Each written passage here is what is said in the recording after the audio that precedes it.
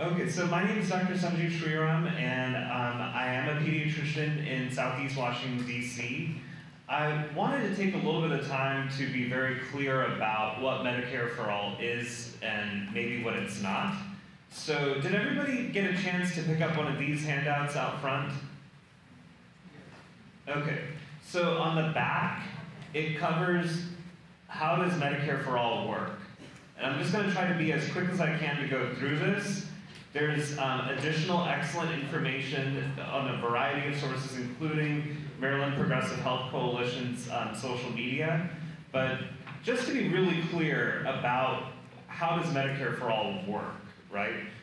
When you hear activists like us talk, we're talking about one of two different pieces of legislation. One is Senator Bernie Sanders' bill. It's S1129, that's the bill number on the Senate side. And then there's Congresswoman Jayapal in the House side, and her bill is House number HR 1384. Okay? There's a lot that these two bills have in common, and then there's a couple of small but important differences between the two of them. Okay? So what we have to understand about Medicare for All is that everybody who is currently covered under Medicare, Medicaid, the Children's Health Insurance Program. Oh, and if anybody needs more handouts, I have like extras right here. So just let me know.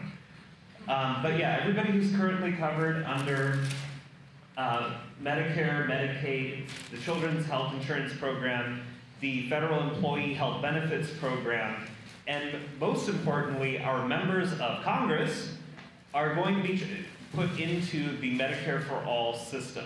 The two systems that are not going to be integrated right away are Indian Health Services and the VA.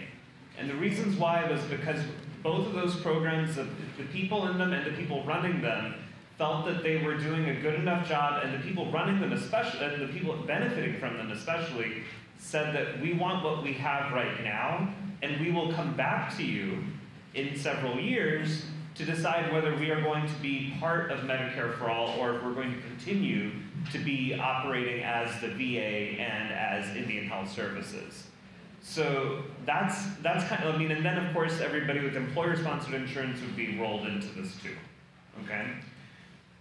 Now the timeline does differ. So the House bill imagines everybody transitioning in 2 years. Bernie's bill, it's 4 years.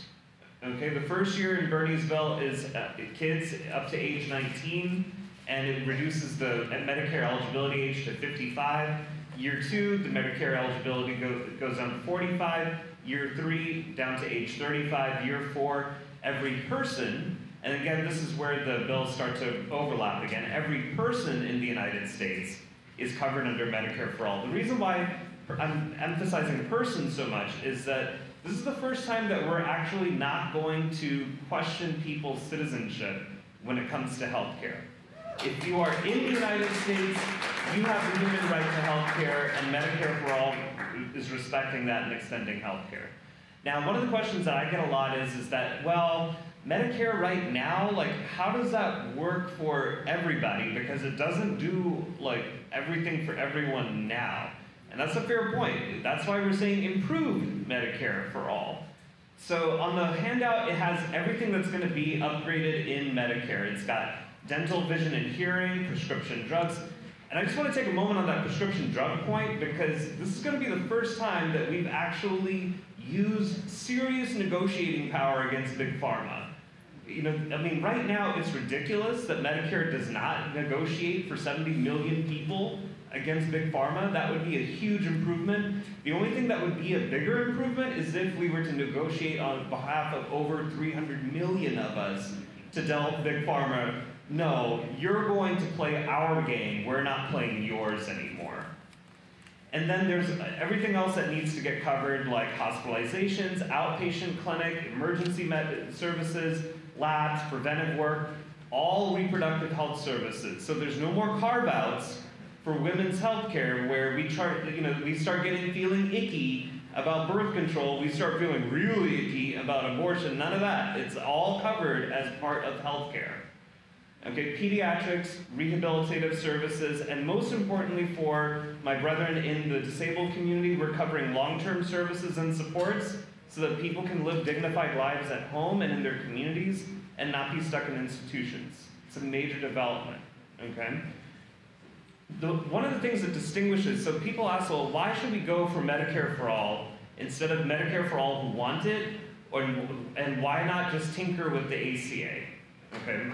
One of the big problems that we got right now is that you change your job, you could risk losing your health insurance. You change your spouse, it happens, you risk losing your health insurance. For young people, or maybe not so young people, you decide to go back to school or enter a training program, you lose your health insurance.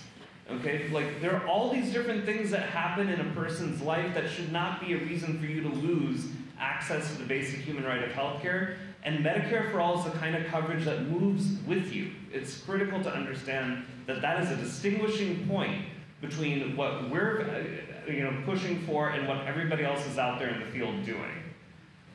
And then by eliminating these premiums and co-pays and deductibles, we're getting rid of financial barriers to your basic human right to health care. Right now, if you're another question I get a lot is that I've got employer-sponsored insurance. Why should I care about Medicare for All? Well, to my friends and family who've got employer-sponsored insurance, just know that right now you're getting hustled big time. And you know this because 53% of people with employer-sponsored insurance don't go to the doctor for necessary medical care because they are worried, rightfully so, about co-pays and deductibles. That is not insurance. That is a hustle. All right? They just took your premium and then left you behind. That is not healthcare. Okay. So that's essentially how Medicare for All works. And then, I'm going to leave it to Mark to talk a little bit more about why this is a money saver. I just want to make some points about racial equity. Because right now we have to talk about who is uninsured right now, who will be uninsured if we don't take bold action like Medicare for All, and why are people uninsured. Right now we pole vault over why are people uninsured, but we're going to get to that. Okay, so who are the uninsured right now? Despite the ACA's best efforts, despite many states expanding Medicaid, which is quite frankly the strongest part of the Affordable Care Act, despite all of that, 59% of the uninsured are people of color. Now, how many of you have heard that by the year 2040, the majority of people in the United States will be people of color? Okay, I see several hands going up. I'm arguing that that is actually thinking 30 years too late. 2011 was the first year that infants, were people of color, infants of color were the majority born in 2011. The 2014-2015 school year was the first year that children of color in public schools outnumbered their white counterparts. In 2018, and this is bringing it to Maryland, people, this is adults, kids, everyone, 49.5% of Maryland's population were people of color. That was in 2018. I strongly believe that enough babies have been born to tip us just over that edge so that welcome Maryland to being part of the rising majesty of melanin, all right? We are a majority people of color state, okay? Now, the other thing I like to point to Maryland, because people ask again, why not just keep tinkering with the ACA? After all, Maryland has been a blue state. Maryland never blocked the ACA. And that's a fair point, but we have 355,000 people in Maryland with no health insurance. 73% of them are people of color.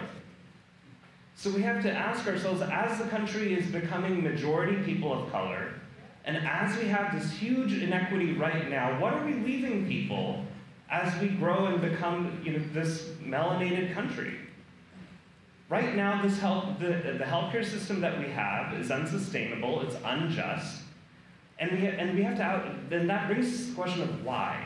Why and how did we get to this place where people of color are bearing an undue burden of being uninsured?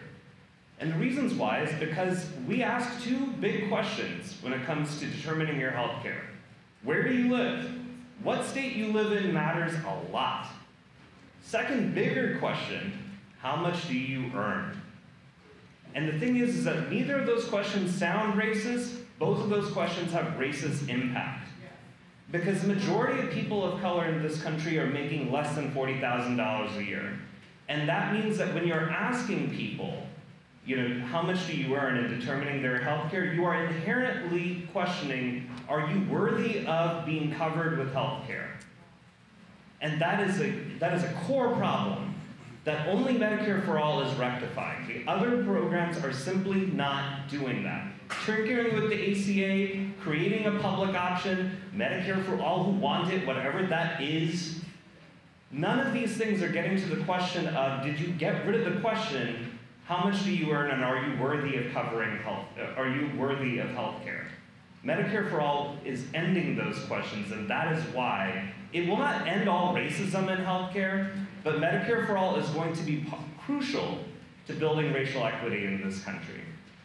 So I just wanted to take time to just sort of say that if everybody got to take a look at these state fact sheets, this is just for Maryland, but I lead a campaign called All Means All at Social Security Works, and we've got 50 more of these. So there's one for every state and DC, and next month we're going to have one for every single member of Congress. And so we are really looking to make racial equity a cornerstone of Medicare for All. Not a side project, not an afterthought, not a vanity thing. It's about making this the center focus of why we need Medicare for All now. Thank you.